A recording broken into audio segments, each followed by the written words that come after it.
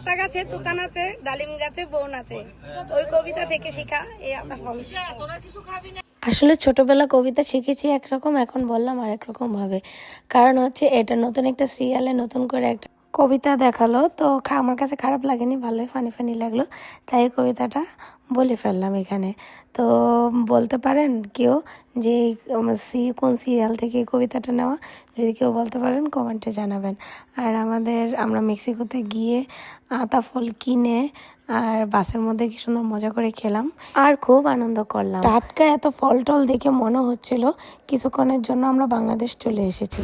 Mexico, Costa Maya, got Atafol.